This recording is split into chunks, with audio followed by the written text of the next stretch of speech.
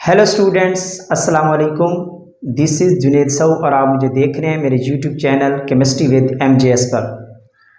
Students, last time हमने discuss किया था एटॉमिक रेडियस को और आयनिक रेडियस को। उनका ट्रेंड हमने पीरियोडिक टेबल में डिस्कस किया, पीरियोडिक प्रॉपर्टीज़ की हमने डिस्कशन की, एक्सेप्शनल केसेस की हमने बात की। आज हम स्टार्ट करने वाले हैं इस चैप्टर का सबसे important topic, that is the ionisation energy. Exam के पॉइंट ऑफ व्यू से FSC की क्लासेस हो, MCAT की प्रिपरेशन हो या लेक्चरशिप की प्रिपरेशन हो, उसके according ionisation energy that is the very important topic. तो आज का लेक्चर स्टार्ट करने से पहले अगर आप लोगों ने अभी तक मेरे चैनल को सब्सक्राइब नहीं किया तो चैनल को सब्सक्राइब कर लें और बेल आइकन पे प्रेस करना मत भूलिए। तो let's start with the ionisation energy. तो आज का हमारा टॉपिक बेटा आयनाइजेशन एनर्जी है। आयोनाइजेशन एनर्जी को डिफरेंट वेज से रिप्रेजेंट किया जाता है। Ionisation energy is also known as ionisation enthalpy. Ionisation enthalpy भी इसको कहा जाता है। इंथैल्पी डिफरेंट टर्म्स हैं इसकी। आयोनाइजेशन इंथैल्पी भी इसको कहा जाता है और आयोनाइजेशन पोटेंशियल भी इसको कहा जाता है। तो इससे कंफ्यूज मत होइएगा, आयोनाइजेशन पोटेंशियल भी इसको कहते हैं। Ionisation potential. तो what is meant by ionisation energy? Ionisation energy को अगर हम डिफाइन करें बेटा, तो minimum amount of energy is required to remove the valence electron from an isolated gaseous atom. इसको कहा जाता है ionization energy. The minimum amount of energy, the minimum amount of energy required to remove the valence electron from gaseous isolated atom,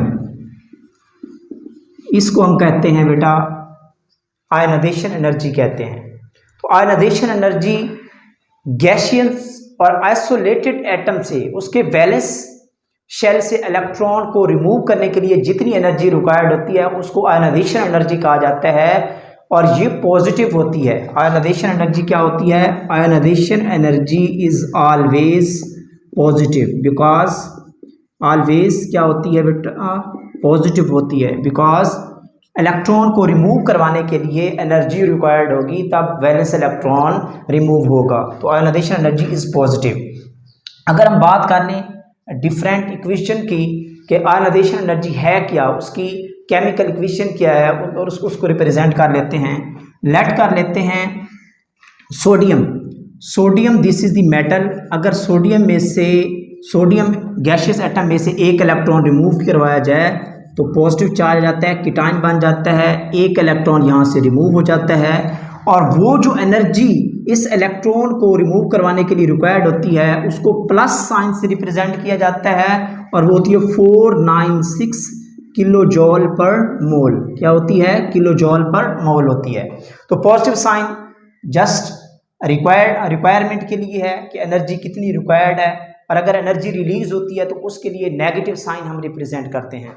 तो आज का ये topic, तो अगर हम इस बात करें मैग्नीशियम की, फॉर एग्जांपल मैग्नीशियम है, मैग्नीशियम गैसियस एटम है, अगर इसमें से एक इलेक्ट्रॉन रिमूव करवाया जाता है तो इसके लिए जो एनर्जी रिक्वायर्ड होती है वो होती है 738 plus 738 kilo joule per mole. क्यों एनर्जी, मोर एनर्जी क्यों रिक्वायर्ड है in the case of magnesium as compare to sodium, इसकी भी हम बात करेंगे।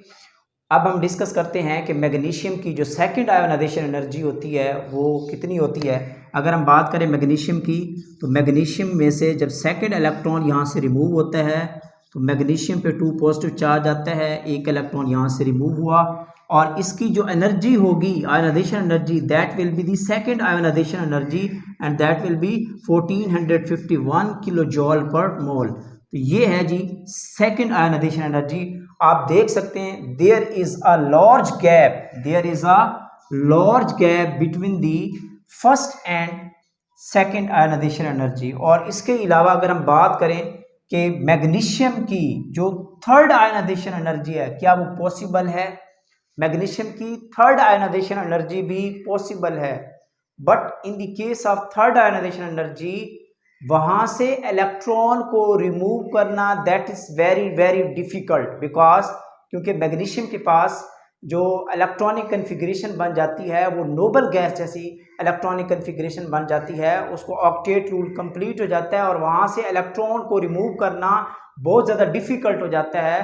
तो बहुत ज़्यादा आपको एनर्जी देनी पड़ेगी। अगर हम थर्ड की बात करें मैग्नीशियम 2 पॉजिटिव, जब यहाँ से थर्ड इलेक्ट्रॉन पहले तो आप निकाल नहीं सकते, वेरी डिफ़िकल्ट है।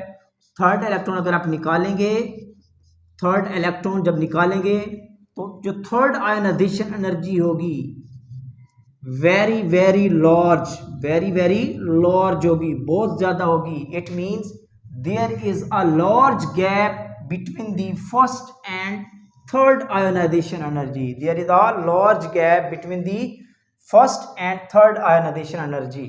तो लार्ज गैप, बहुत ज़्यादा लार्ज गैप है first and third ionisation energy में। और यही एक ब्यूटी है अल्कलाइन अर्थ मेटल्स की। But alkaline earth metals very important, exam के हवाले से ये क्वेश्चन बार बार आ चुका है। अल्कलाइन अर्थ मेटल्स में के अल्कलाइन अर्थ मेटल्स की first ionisation energy and third ionisation energy में there is a large gap. कौन सी? Alkaline earth metal, beryllium, magnesium, calcium, strontium, barium. तो ये एक कॉन्सेप्ट था जिसको आपने याद रखना है। इसके अलावा अगर हम बात करें अल्कली मेटल्स की, तो अल्कली मेटल्स के केस में भी ऐसा ही केस है। अल्कली मेटल्स में अगर हम सोडियम की बात कर लेते हैं तो सोडियम का एटॉमिक नंबर होता है 11। सोडियम का एटॉमिक नंबर 11 है। इट मीन ये इसका न्यूक्लियस हो गया, ये के शेल हो गया, के में 2 इलेक्ट्रॉन, और इसी तरह एल में, के शेल में 2 इलेक्ट्रॉन, एल में 8 इलेक्ट्रॉन होते हैं। और इसके बाद के एल जो एम शेल है उसमें जो है ना वो 1 इलेक्ट्रॉन होता है। कौन सा इलेक्ट्रॉन होता है? Only 1 electron. और इस इलेक्ट्रॉन को जब रिमूव करवाया जाता है फर्स्ट आयोनाइजेशन एनर्जी के केस में, तो ये इजी है, थोड़ा क्या है, इजी है, जिसकी वजह से इसकी आयोनाइजेशन एनर्जी है 496 किलो जॉल पर मोल।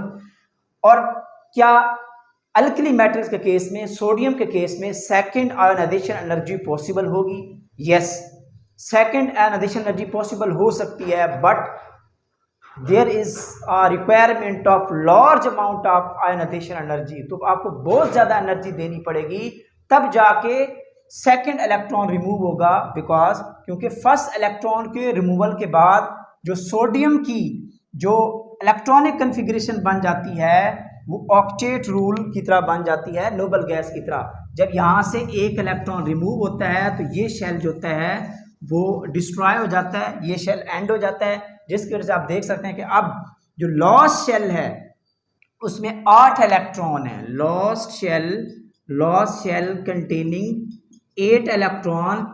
और कौन सा है? ऑक्टेट रूल इसका हो गया complete. Octet rule is followed और ये बन गई स्टेबल कन्फिग्रेशन। कौन सी कन्फिग्रेशन? Stable configuration. और किस तरह है stable configuration? Just like noble gases. और यहाँ से इलेक्ट्रॉन का रिमूवल क्या हो जाता है? डिफिकल्ट हो जाता है। तो अगर हम बात करें सोडियम की सेकेंड आयोनाइजेशन एनर्जी की, सोडियम में से जब 1 इलेक्ट्रॉन आप निकालते हैं सोडियम केटाइन में से, तो सोडियम पे 2 पॉजिटिव चार्ज आएगा, but a large amount of energy will be required. लेकिन पॉसिबल नहीं होती इतनी ज़्यादा हाई एनर्जी देना। तो सेकेंड आयोनाइजेशन एनर्जी अगर हम बात करें भी सही प्रैक्टिकली तो ये इम्पॉसिबल है। वेरी वेरी लार्ज एनर्जी क्या होगी? रिक्वायर्ड होगी। और ये एक एग्जाम में क्वेश्चन आता है। यही वजह है नोबल गैस कन्फिग्रेशन की वजह से after the first ionisation energy जो अल्कली मेटल्स हैं, नोट कर लें, वेरी इंपॉर्टेंट, जो अल्कली मेटल्स हैं, अल्कली मेटल्स हैं, इस केस में इनकी first ionisation energy, this is the first ionisation energy, this is the second. इस केस में first ionisation energy and second ionization energy के बीच में there is a large gap, there is a large gap, और इस gap को fill करना practically that is very difficult, जिसकी वजह से अल्कली मेटल की सेकंड आयोनाइजेशन एनर्जी बहुत ज्यादा होती है और अल्कलाइन अर्थ मेटल की अगर आपने थर्ड टाइप की आयोनाइजेशन एनर्जी करवानी है तो that will be very very greater, जो कि practically that is very difficult होती है। तो ये एक छोटा सा कॉन्सेप्ट था, आपने याद रखना है, वेरी इंपॉर्टेंट। अब हम डिस्कस कर लेते हैं यूनिट्स, आयोनाइजेशन एनर्जी के डिफरेंट यूनिट्स डिस्कस कर लेते हैं, वेरी इंपॉर्टेंट, एग्जाम के हवाले से काफी बार ये क्वेश्चन आ चुका है ऑब्जेक्टिव में। Units of ionization energy, units of ionization energy. तो आयोनाइजेशन एनर्जी के 3 मेन यूनिट्स हैं, मेजर यूनिट्स जो यूज होते हैं, major units, there are 3 types. अगर हम बात करें सबसे main unit kilo joule per मोल, वेरी यूजफुल यूनिट है, सबसे मेजर जो यूजफुल यूनिट है वो है किलो जॉल पर मोल। इसके अलावा आयोनाइजेशन एनर्जी को आप किलो कैलोरी पर मोल में भी आप मेजर कर सकते हैं, बुक्स में आप ये भी रीडिंग मिल सकती है। इसके अलावा अगर आप देखना चाहें तो आप ये भी देख सकते हैं कि इसका यूनिट होता है electron volt per atom, electron volt per atom, very important, 3 units of ionization energy, electron volt per atom. अगर हम बात करें इलेक्ट्रॉन वोल्ट की तो 1 electron volt per atom that is equal to 96, almost 96 kilo joule. Factors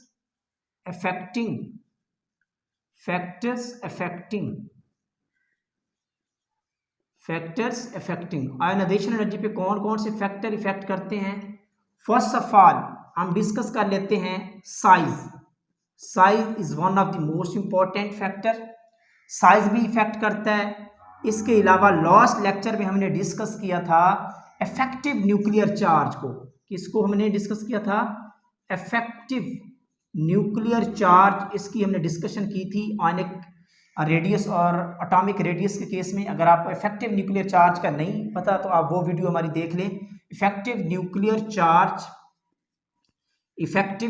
charge जिसको ZeF से represent किया जाता है, इसका भी इफेक्ट होता है। इसके अलावा थर्ड पे अगर हम बात करें तो थर्ड पे हमारे पास आता है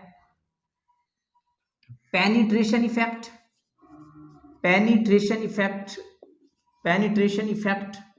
या जिसको कहा जाता है sub shell effect, very important effect होता है ये। सब शेल 1 बाय 1 इसको डिस्कस करेंगे। सब शेल इफेक्ट होता है, सब शेल इफेक्ट। इसके अलावा फोर्थ पे होता है स्क्रीनिंग इफेक्ट। क्या होता है, स्क्रीनिंग इफेक्ट भी इंपॉर्टेंट है, जिसको शील्डिंग इफेक्ट हमने कहा था। Shielding effect, screening effect is known as shielding effect. And fifth पे इलेक्ट्रॉनिक कन्फिग्रेशन, फिफ्थ पे क्या है, electronic configuration. These are the important factor which effect on the ionization energy. ये इंपॉर्टेंट फैक्टर्स हैं, तो अब इनको हम डिस्कस कर लेते हैं 1 बाय 1 कि इनका क्या इफेक्ट है। तो फर्स्ट ऑफ ऑल साइज का इफेक्ट देख लेते हैं बेटा। साइज का जो रिलेशन है इलेक्ट्रॉन एफिनिटी के साथ, आयोनाइजेशन एनर्जी के साथ, जो आयोनाइजेशन एनर्जी का इफेक्ट है that is the inversely proportional. क्या है, साइज का जो इफेक्ट है यहां हम डिस्कस कर लेते हैं। Size is the inversely proportional to the ionization energy. How, जैसे जैसे स्टूडेंट साइज बढ़ता जाता है तो वैलेंस इलेक्ट्रॉन न्यूक्लियस से उतना दूर होता जाता है, जिस पे न्यूक्लियस की अट्रैक्शन कम पड़ती जाती है और उस वैलेंस इलेक्ट्रॉन को रिमूव करना इजी होता है। It mean less energy will be required to remove the electron. It mean ionization energy will be lower. तो जितना इलेक्ट्रॉन को, वैलेंस इलेक्ट्रॉन को रिमूव करवाना डिफिकल्ट होता जाएगा, आयोनाइजेशन एनर्जी की वैल्यू उतनी बढ़ती जाएगी। That's very important. तो ये एक इफेक्ट है साइज का। इसी तरह अगर हम बात करें इफेक्टिव न्यूक्लियर चार्ज की, जैसे जैसे इफेक्टिव न्यूक्लियर चार्ज बढ़ता जाता है, इफेक्टिव न्यूक्लियर चार्ज बेसिकली हमने लास्ट लेक्चर में डिस्कस किया था कि atomic number minus screening effect, यह स्क्रीनिंग कांस्टेंट होता है। तो effective nuclear charge that is the directly proportional to the ionization energy. जितना ज्यादा इफेक्टिव न्यूक्लियर चार्ज होगा, वैलेंस इलेक्ट्रॉन पे न्यूक्लियर चार्ज की अट्रैक्शन उतनी स्ट्रांग होगी, और जब अट्रैक्शन स्ट्रांग होगी तो it mean it will be difficult to remove the valence electron, और जब डिफिकल्ट होगा तो आयोनाइजेशन एनर्जी की वैल्यू क्या होगी, हायर होगी। इस तरह थर्ड पे अगर हम बात करें पेनिट्रेशन इफेक्ट की, जिसको सब शेल इफेक्ट कहा जाता है, SPDF। What is meant by penetration effect? Penetration effect का मतलब बेटा है कि अगर हमारा valence electron s sub shell में हो, पी में हो, डी में हो, एफ में हो, तो तब इनको रिमूव करना कैसा होगा, क्या ऑर्डर होगा, इसकी आयोनाइजेशन एनर्जी क्या होगी? तो देखें बेटा, जो इलेक्ट्रॉन एस में होगा, एस सब शेल में electron, s sub shell is more near to nucleus. अगर एस में इलेक्ट्रॉन होगा तो न्यूक्लियस पे अट्रैक्शन उसकी ज्यादा होगी। जब न्यूक्लियस की अट्रैक्शन ज्यादा होगी तो वहां से इलेक्ट्रॉन का रिमूवल थोड़ा डिफिकल्ट होगा, और इस तरह उस केस में आयोनाइजेशन एनर्जी क्या होगी, ज्यादा होगी। इस केस में रिमूवल ऑफ इलेक्ट्रॉन क्या होगा, डिफिकल्ट होगा, और जब डिफिकल्ट होगा तो इट मीन आयोनाइजेशन एनर्जी इस केस में हायर होगी। अब हम इसको कंपेयर कर लेते हैं एफ के साथ। तो एफ में जो इलेक्ट्रॉन होगा वो दूर होगा बेटा न्यूक्लियस से, वो न्यूक्लियस से दूर होगा, वो अवे होगा इलेक्ट्रॉन। सेकंड, एफ जो सब शेल होता है, एक तो डिफ्यूज्ड फॉर्म में होता है। किस फॉर्म में होता है, डिफ्यूज्ड, स्प्रेड होता है, ये स्प्रेड होता है, तो इसकी वजह से भी इलेक्ट्रॉन थोड़ा अवे हो जाता है। जबकि एस की अगर हम बात करें तो ये क्लोज्ड फॉर्म में होता है, सर्कुलर फॉर्म में होता है, और ये इलेक्ट्रॉन थोड़ा करीब होता है as compare to the f sub shell electron. तो अवे होगा, डिफ्यूज्ड होगा, स्प्रेड होगा, तो यहां से इलेक्ट्रॉन का जो रिमूवल होगा वो क्या होगा, इलेक्ट्रॉन रिमूवल थोड़ा इजी होगा, और जब इजी होगा तो इट मीन आयोनाइजेशन एनर्जी इस केस में थोड़ी क्या होगी, लोअर होगी। तो सब शेल में रिमूवल ऑफ इलेक्ट्रॉन एस में डिफिकल्ट है, इट मीन अगर इलेक्ट्रॉन एस में होगा as compare to the p, d and f, यहाँ आयोनाइजेशन एनर्जी क्या होगी, ज्यादा होगी, और ये फिर क्या करती जाएगी, डिक्रीज करती जाएगी। इस इफेक्ट को कहा जाता है पेनिट्रेशन इफेक्ट और सब शेल इफेक्ट। वेरी इंपॉर्टेंट, इसको याद कर लें। थर्ड पे हम देख लेते हैं, फोर्थ पे स्क्रीनिंग इफेक्ट है। इसके भी हम एटॉमिक साइज में डिस्कशन कर चुके हैं, डिटेल में जाने की जरूरत नहीं है। स्क्रीनिंग इफेक्ट, जिसको शील्डिंग इफेक्ट कहा जाता है, यानी कि inner electron act as a shield between the nucleus and outermost electron. तो जितना ज्यादा शील्डिंग होगी, जितनी ज्यादा क्या होगी, शील्डिंग होगी, न्यूक्लियर की अट्रैक्शन वैलेंस इलेक्ट्रॉन पे उतनी कम होती जाएगी, और जब कम होती जाएगी तो इलेक्ट्रॉन का रिमूवल इजी होता जाएगा, और जब रिमूवल इजी होता जाएगा तो it mean less energy will be required. तो इट मीन जो स्क्रीनिंग इफेक्ट का है ऑर्डर, यानी कि शील्डिंग इफेक्ट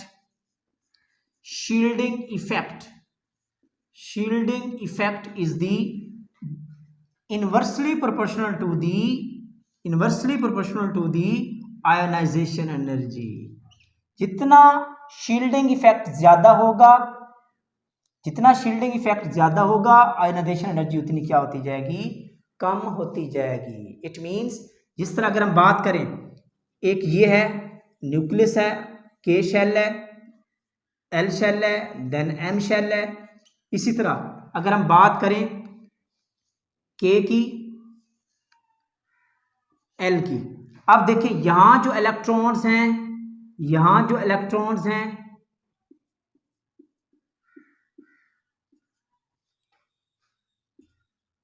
इसी तरह इस केस में मोर इलेक्ट्रॉन्स हैं वैलेंस इलेक्ट्रॉन के बीच में। इनर इलेक्ट्रॉन्स क्या हैं, मोर इनर इलेक्ट्रॉन्स हैं। इस केस में अगर हम बात करें तो लेस इनर इलेक्ट्रॉन्स हैं, क्या होंगे इस केस में, लेस इनर इलेक्ट्रॉन होंगे। जब लेस इनर इलेक्ट्रॉन है इट मीन शील्डिंग इफेक्ट कम होगा, और इस केस में आयनाइजेशन एनर्जी क्या कर जाएगी, हायर कर जाएगी। तो ये एक सिंपल सा कॉन्सेप्ट है, ये हमने एटॉमिक रेडियस में भी डिस्कस किया है। अगर आप फर्दर इसको डिटेल में देखना चाहते हैं तो वो वीडियो हमारी देख लें, वो वाली वीडियो। लास्ट पे है electronic configuration, very important, very very important, जो कि एक्सेप्शनल केस को रिप्रेजेंट करता है। इलेक्ट्रॉनिक कन्फिग्रेशन, इसका इफेक्ट काफ़ी सारा अच्छा है, अच्छा कॉन्सेप्ट है। इलेक्ट्रॉनिक कन्फिग्रेशन, इसको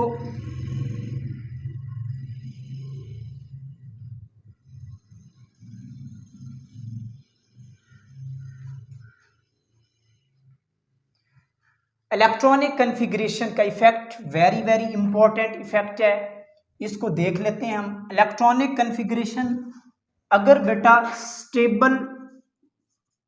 स्टेबल इलेक्ट्रॉनिक कन्फिग्रेशन होगी ऑर्बिटल की, तो इट मीन आयोनाइजेशन एनर्जी क्या होगी, ज्यादा होगी। इसको नोट कर लें, नोट करते जाएं इसको। जितनी स्टेबल इलेक्ट्रॉनिक कन्फिग्रेशन होगी उतनी ज्यादा आयोनाइजेशन एनर्जी होगी। अब हम देखते हैं कि कौन से ऐसे ऑर्बिटल हैं जो ज्यादा स्टेबल होते हैं, तो उसका ऑर्डर। तो ऑर्बिटल की डिफरेंट टाइप्स होती हैं, फुल फील्ड ऑर्बिटल भी होते हैं, फुल फील्ड ऑर्बिटल्स, इसी तरह हाफ फील्ड होते हैं, half field, and third type की अगर हम बात करें तो वो पार्शली फील्ड, क्या होते हैं, पार्शली फील्ड होता है। और एम्प्टी ऑर्बिटल भी होते हैं, क्या होते हैं, एम्प्टी ऑर्बिटल, एम्प्टी ऑर्बिटल। तो इनकी स्टेबिलिटी का ऑर्डर अगर हम पता कर लें, डिटरमाइन कर लें, तो फिर इजी हो जाएगा इस ट्रेंड को डिस्कस करने के। तो सबसे ज्यादा अगर हम ऑर्डर दें, सबसे जो स्टेबल ऑर्बिटल होता है वो होता है फुल फील्ड, क्या होता है, फुल फील्ड। उसके बाद जो होता है वो होता है एम्प्टी, ये भी बहुत ज्यादा स्टेबल होता है। देन जो होता है वो हाफ फील्ड होता है, हाफ फील्ड।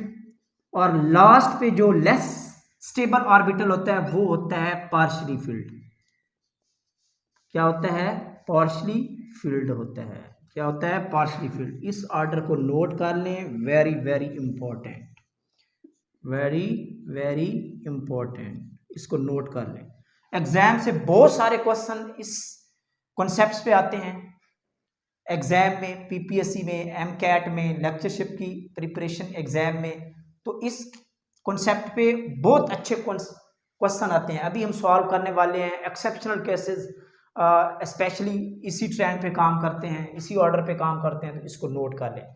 ये था जी factors affecting on the ionisation energy, very important topic.